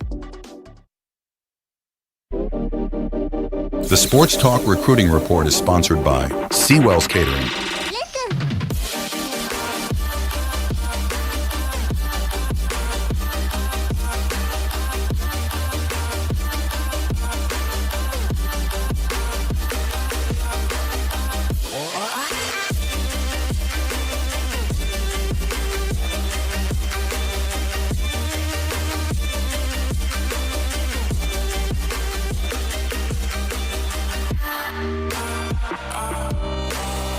Okay, let's give you the recruiting report tonight here on Sports Talk. Of course, it's brought to you here on Sports Talk by Seawells.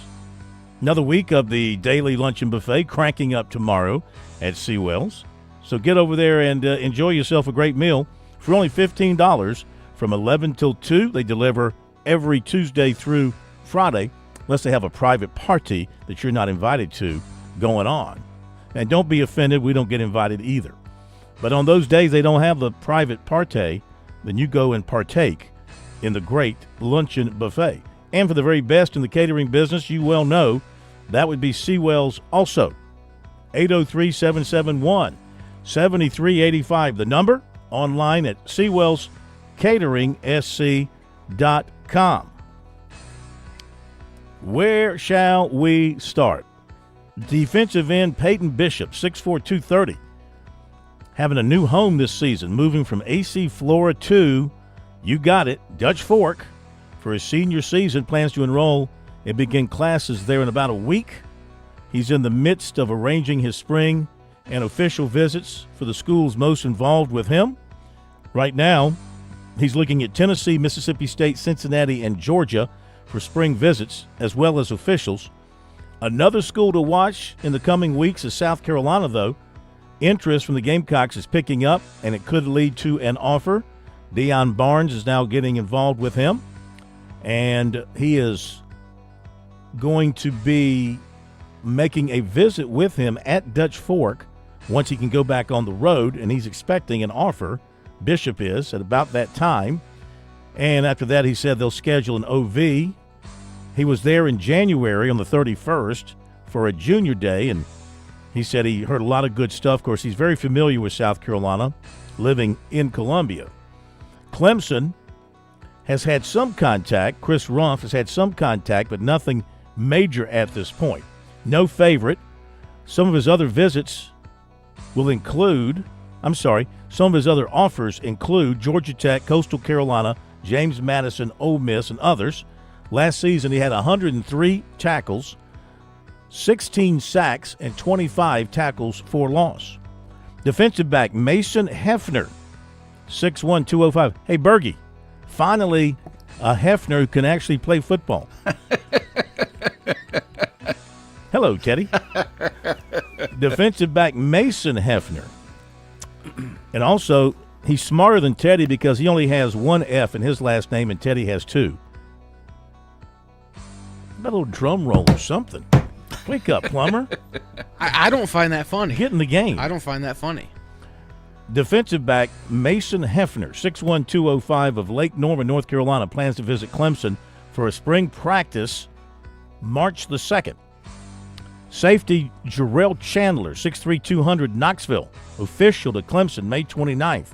Also an official with Vandy June 5th. Running back Gary Walker, 6'1", 200, Fairburn, Georgia, official with Clemson May 29th. Also has officials set with Stanford, Virginia Tech, Penn State, and Florida State. 1,700 yards and 20 touchdowns last season. Linebacker A.J. Randall of Raleigh has South Carolina down for a visit in April. Offensive lineman Peyton Miller, Anna, Texas, plans to visit Clemson for the junior day March 7th. South Carolina offered offensive lineman Jackson Elston, 6'5", 310 out of Oxford, Alabama.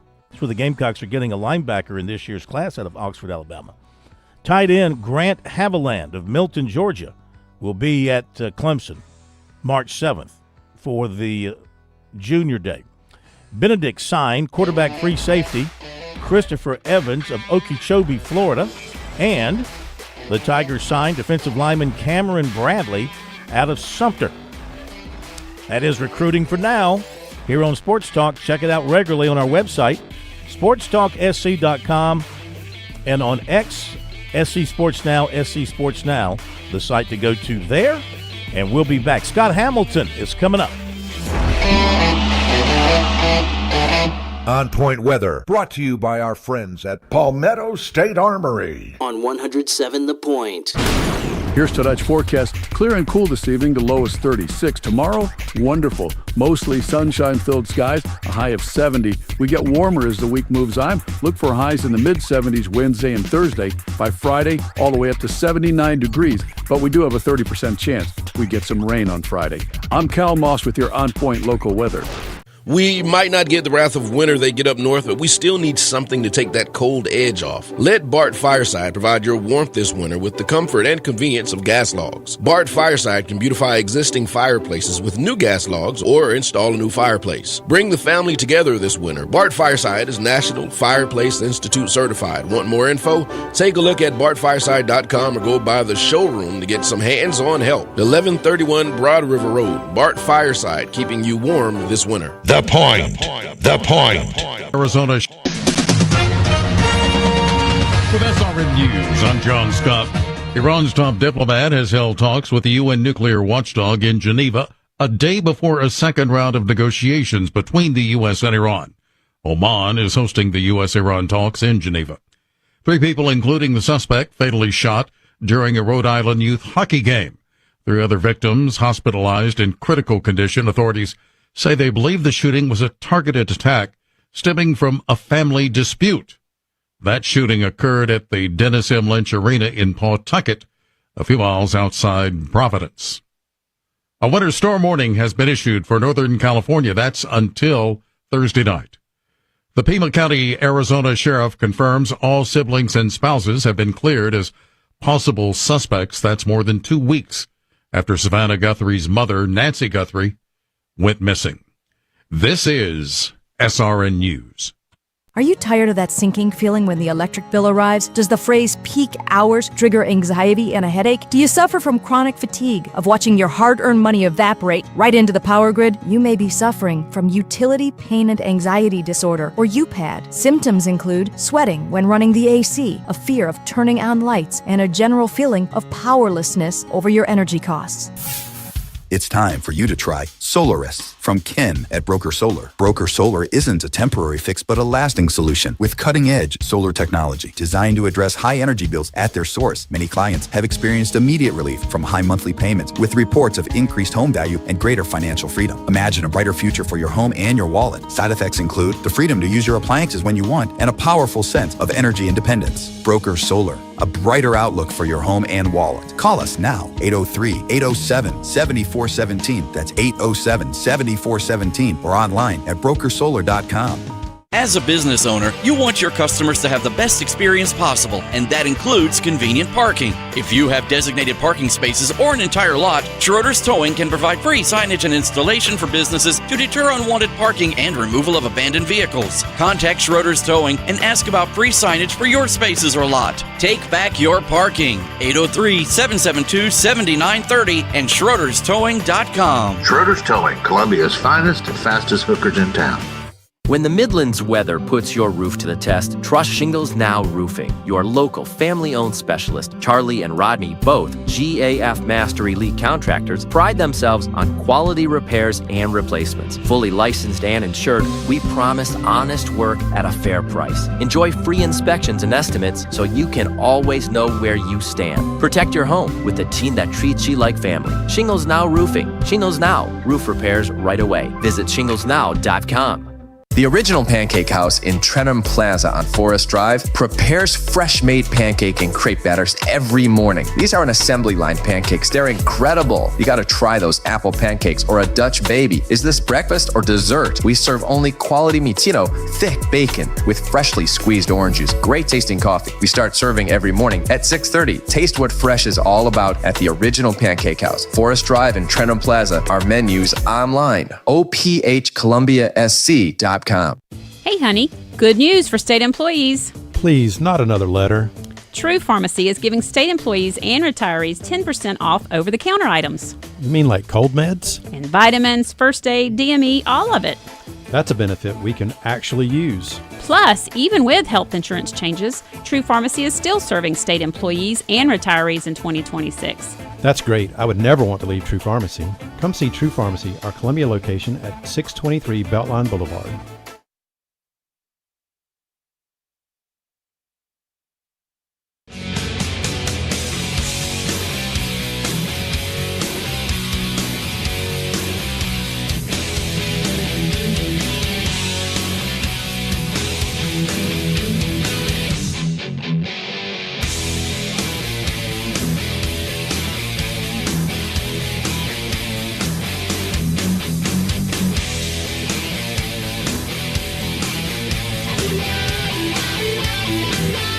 Hey, just a couple of other recruiting notes I missed before we wrapped it up.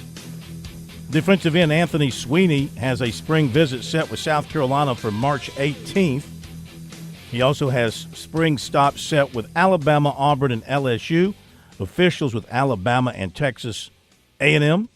Offensive lineman Chavez Dixon, Leesburg, Georgia, will be at the Clemson Junior Day March 7th. Also an official visit with Florida State June 5th. Offensive lineman Carter Jones, Clemson Junior Day on March the 7th. There you go. Want to get all that in just so I would feel complete and whole. It would be like turning in my AP college basketball ballot for this week and not having Clemson in the top 25. I'd feel incomplete. I wouldn't feel whole, Bergie, if I did that. I'm more forgiving than others, I would say. I would have to agree. I'm really surprised they fell out. The Virginia Tech loss was clearly too much to handle. That was a bad loss at home, I think, the way it turned out now that Virginia Tech went home and got beat by Florida State. Let's find out the thoughts of Scott Hamilton, AP voter in South Carolina in the College Basketball Weekly Poll, as he joins us here on Sports Talk once again to share all about his vote and his thoughts on college basketball. Welcome in, sir. How are you? I twisted over it. How I much? twisted over How it. much? I did quite a bit, Phil, because I'm not a Clemson fan. I'm not a Clemson detractor, but I am a fan of well-constructed basketball teams, and I think that's a very well-constructed basketball team. Mm-hmm. But it was hard to validate keeping them in that bottom fifth after that loss to Virginia Tech, man. I mean, it's one thing to get the break speed off of you to Duke at Cameron Indoor Stadium, but it's another just to look like you and I could have gone up and made a couple of threes against Clemson the other night against Virginia Tech, man. I mean, it was not good. Yeah. And then their Duke game, obviously Duke at Duke is Clemson's not expected to win there, so when they lose, it's not breaking news. It's not man bites dog sort of stuff. But the second half was not good for them. Kind of started late in the first half, and Duke really – you got to give Duke credit. They really extended their defense. They made sure Clemson's guards were not going to make any shots, and then they just, dealt with Clemson inside as best they needed to, and they had more talent as that game wore on. Their talent just ended up winning out with some of those deep threes they hit. What I really hate is that, Phil, we both know it all comes down to that double bye for the ACC tournament. And that loss to Virginia Tech, now Clemson doesn't have any wiggle room. None. Yeah. And you've got to get that double bye because, correct me if I'm wrong, and if your crack research staff could fact check me on this, I want to say no team has played every day in the ACC tournament in the last, since the expansion with Louisville and Syracuse and those teams. I want to say no team has played every day and won the championship. Maybe made it to the championship game, but have never played every day and won the championship. Well, I'd have my staff check it out, but they're on crack. They're not crack, but they're on crack. So they're not very good at looking things up, I'm afraid. So we'll have to kind of take your word on that. So give us a view of your there were some changes, of course, with the upsets, and Arizona loses twice during the week, so you had to bump them. Give us an inside look at your voting this week. I moved Michigan up. Michigan's looked pretty good. But, Phil, I've told you every week when I've come on here, I mean, there are 7 or 8 teams that you could put at number one, and you wouldn't get a whole heck of a lot of pushback. Yeah. Maybe a little bit, but not a whole heck of a lot. And if if Arizona had lost once, I might have shown them grace and keep them number one, but you can't lose twice. You can't lose twice. Here's what I had the hardest time reconciling, Phil. This is what I had the hardest time reconciling, but I'm going to go with it. I want to get your take. Mm-hmm. I had North Carolina. North Carolina is actually ranked 16th in the country. I had them 9th on my ballot last week. I actually moved them up to 7th, despite Caleb Wilson being injured. Mm-hmm. And with the other kid, I can't think of his name out of hand right now. I apologize. It's okay. But neither of those played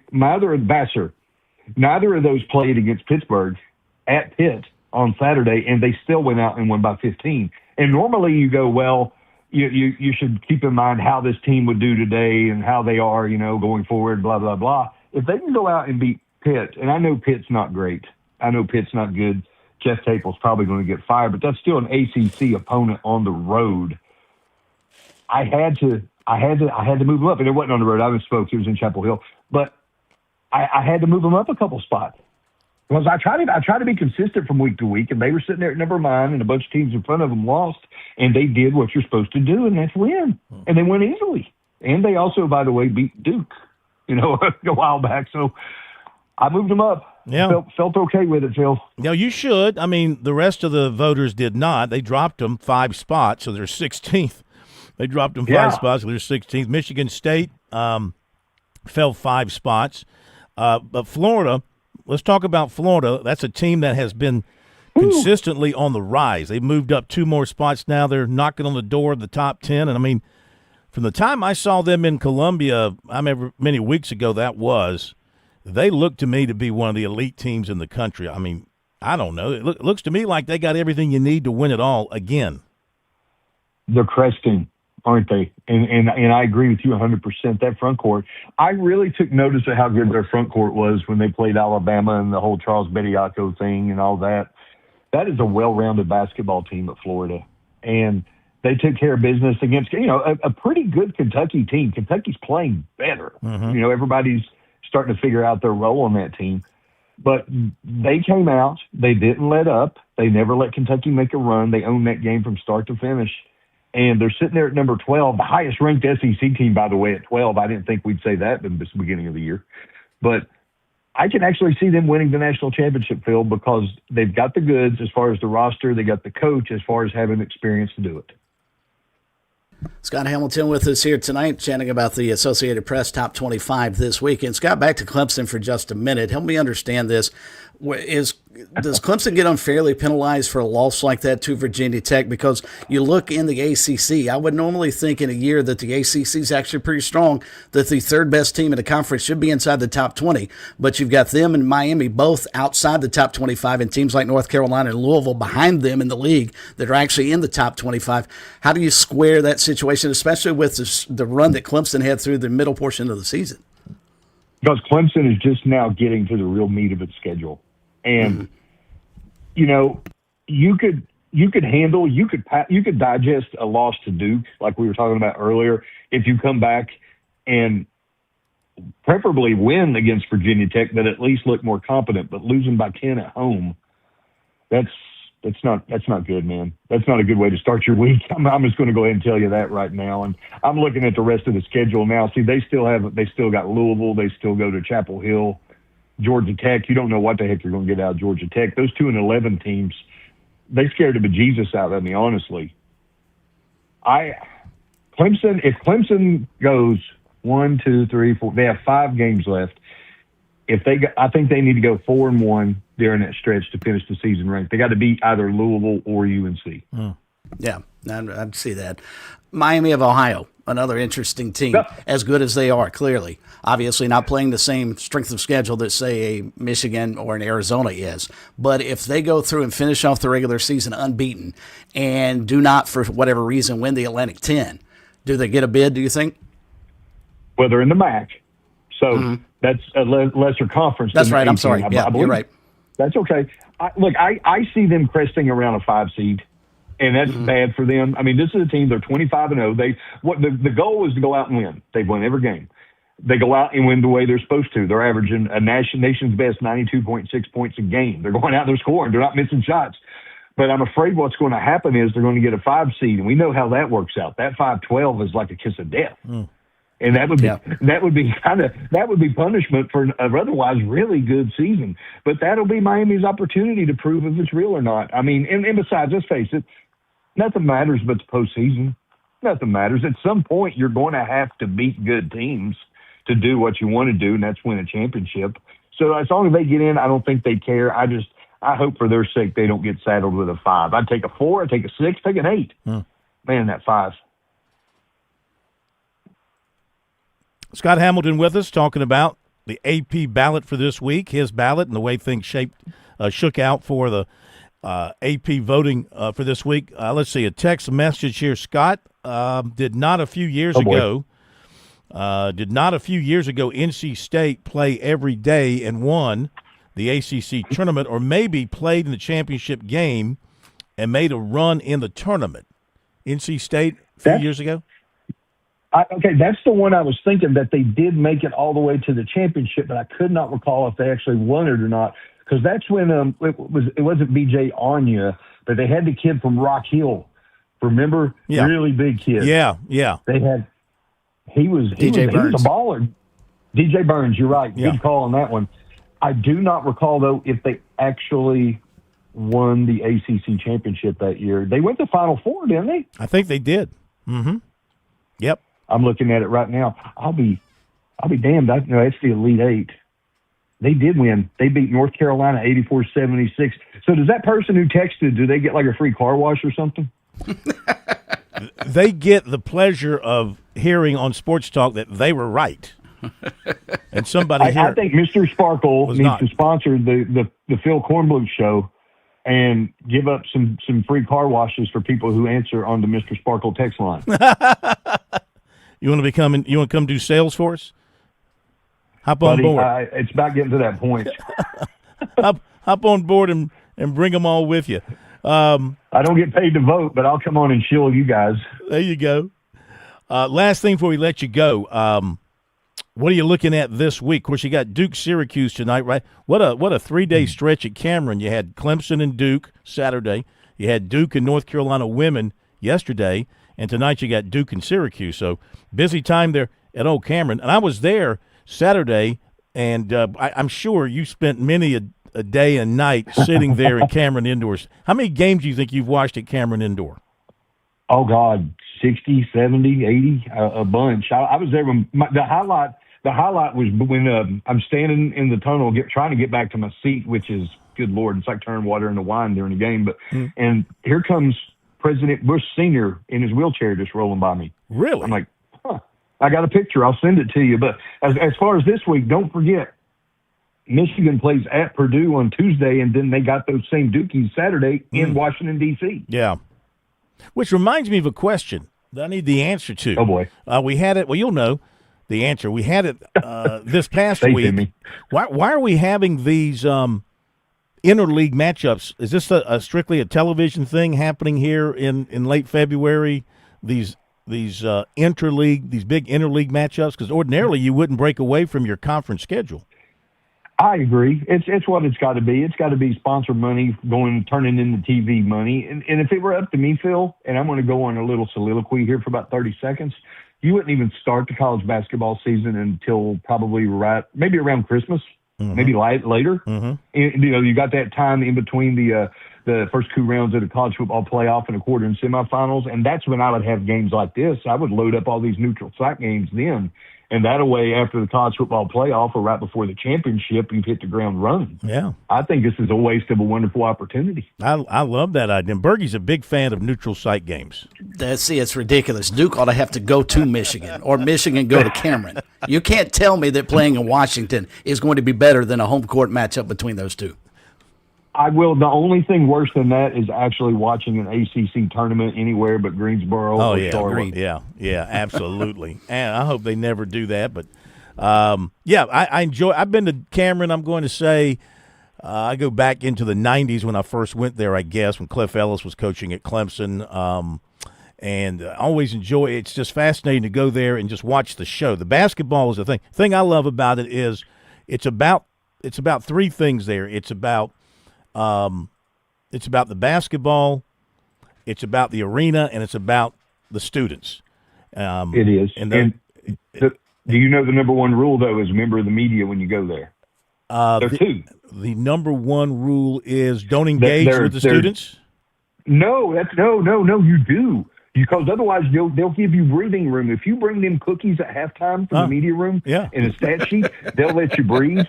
But you do not, under any circumstances, Phil, I'm telling you this as your buddy right now. You go back on Press Road, listen to me. You do not wear a good shirt because you will get blue body paint on you. Oh, I didn't. Now, I was my seat was down towards, if you know how it's set up, I was directly across from the Clemson bench. That's where my seat was. I was in seat number 5. So I had a full group of students leaning over me, hanging over me. Their signs were like right on top of my head as they were trying to hold their signs up for TV purposes.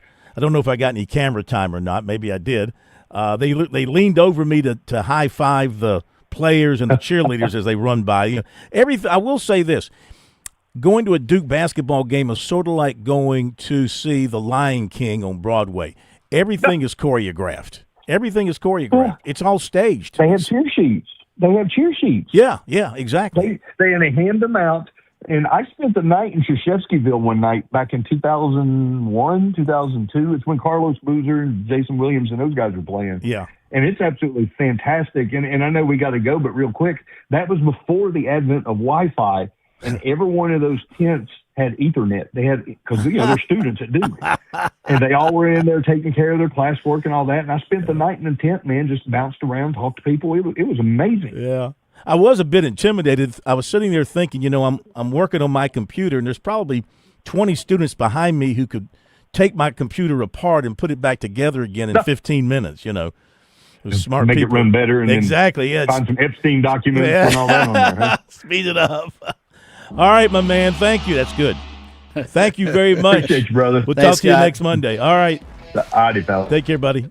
All right, Scott Phil, Hamilton. it's funny. You mentioned that the North Carolina women played at Duke yesterday, and we give the Blue Devils men's team a hard time because they always get the benefit of the calls for sure.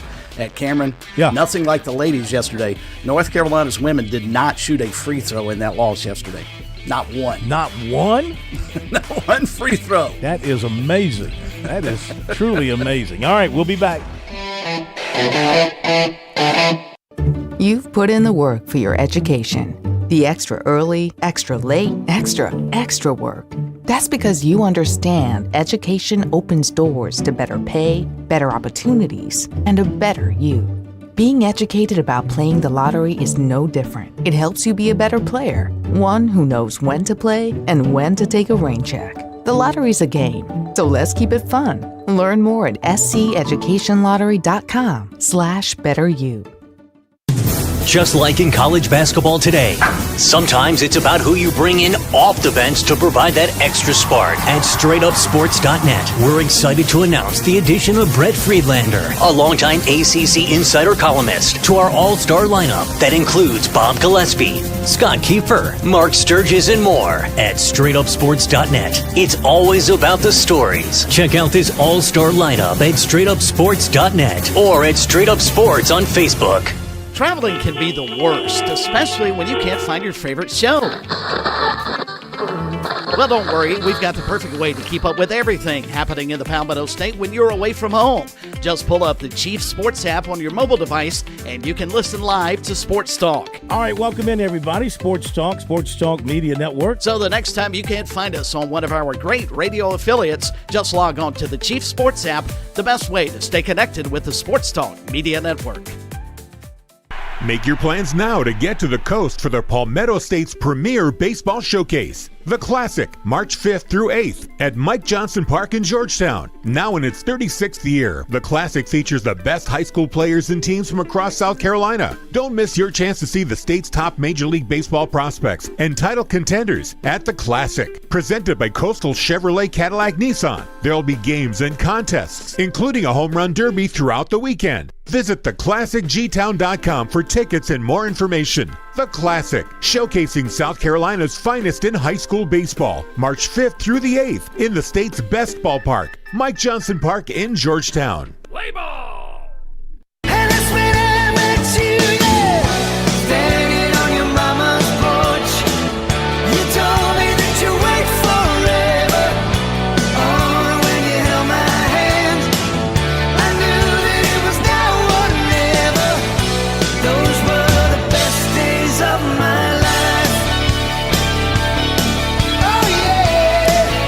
Another note here from the 803. Phil, that's my name, don't wear it out. The South Carolina women have left the state the past 2 years. They have been doing these super regionals for years now. That's right, they had them in Greenville. I thought it was recently they were in Greenville. Well, this says 2 years ago they went to Albany. Yes. Before winning the championship in Cleveland. And last year they went to Birmingham. I was in Birmingham, so I remember that one, before advancing to Tampa. Okay, well, they had them in Greenville a couple of years before all this. I do remember, because I remember the Gamecocks would go to Greenville for the SEC tournament, come home, win their 2 games there, then go back to Greenville for the regionals. But I guess that's right. I guess they did go to Albany and they did go to Birmingham. And by the way, it's the regionals this year are Fort Worth and Sacramento. So Fort Worth is the easternmost regional this year. Fort Worth and Sacramento. Yes, go ahead, Plummer. Go ahead, Plummer. Go ahead. Hurry up. See, this should be But while he's doing he that, should get fined for not being prepared. He's sitting there waiting to hit the siren, but he doesn't have the siren ready. And while you're waiting to do that, the one thing you want to make sure you are is not number 4 seed. Stay away from UConn as long as you can. So 2 or 3, as Andy was pointing out earlier. Yeah, really but you're going to have matter. to face them sooner or later. You'll have to play them in the national championship game, but that's when you want to have to face them, not any time earlier. Yeah. And by the way, in 2022, when the Gamecocks lost to Iowa, they went through Greenville. To get there. That's right. Go ahead. That is number 26 on the year. It's not too bad. 12 a month. It's pretty bad, Phil. Pretty 12 bad. a month. That's pretty bad. Who amongst us doesn't make 12 mistakes a month? I don't make 12 mistakes a month. Bergie? I have not made one. Bergie, how about you? No. I'm trying to figure out if I make 12 mistakes a day. The plumber, he month. makes a lot more mistakes, but he just won't let us put it up on the list. He won't count it. But Corn, you have 22 of 26. Production mistakes should count. Yeah, production. I think false. The vote here. It's not a factual error. I am the chairman of this board. Okay, it's not true. And if I pass an edict, that makes it real. Let's go to Sam in Charleston. Been a while. Sam, welcome to Sports Talk. How you doing? Doing great. How we gotta say? I want to send my condolences and say a Merry Christmas and a Happy New Year to you guys. I am no longer at 524 anymore, but I'm at my new studio apartment. Oh, get out of town. Yeah. Would you call it a bachelor's pad? You got that right, baby. Hey, do you know the plumber's got a girlfriend? I don't want to know. Yeah. Hey, I got a two-part question. I know you guys are out of time, but starting to think about it in discussion. We have a couple of seniors graduating in May and June. Are they going to replace them, some new players next year? That's my number one question. And number two, I spoke to someone from the EPI. Do you guys remember the EPI security who helps at the games? Yeah. Well, I talked to them about a couple of years ago when I first started my college career. We had this block party outside from the George Street. Yes, And someone told me that, is it a good idea to bring back the block party next year and being outside and it's cold like that? Yeah. Do you think we can have it back? I'm getting tired. We're going to have to. Tired of it. Yeah, we'll have to look into that, Sam. I don't know. I haven't. Usually, when they have the block party, it's early in the year, and they announce it and they promote it. Well, the thing that I don't get, they changed the name this year called Madness on Meeting. Oh yeah. That was early in the year. Yeah. Hey, we got to let you go, but since Pat Kelsey has left, whose city is it now that he's no longer there? It's the Mac Land. All right, Macland. Sam. Macland. Do they have Big Macs at I bet you Sam's got one hot bachelor pad there in Charleston. Don't you know Okay, it? That's going to do it. Thank you for being with us. It's all we got tonight. Thank you, Bergie. And thank you, Plumber. And we'll see you tomorrow night.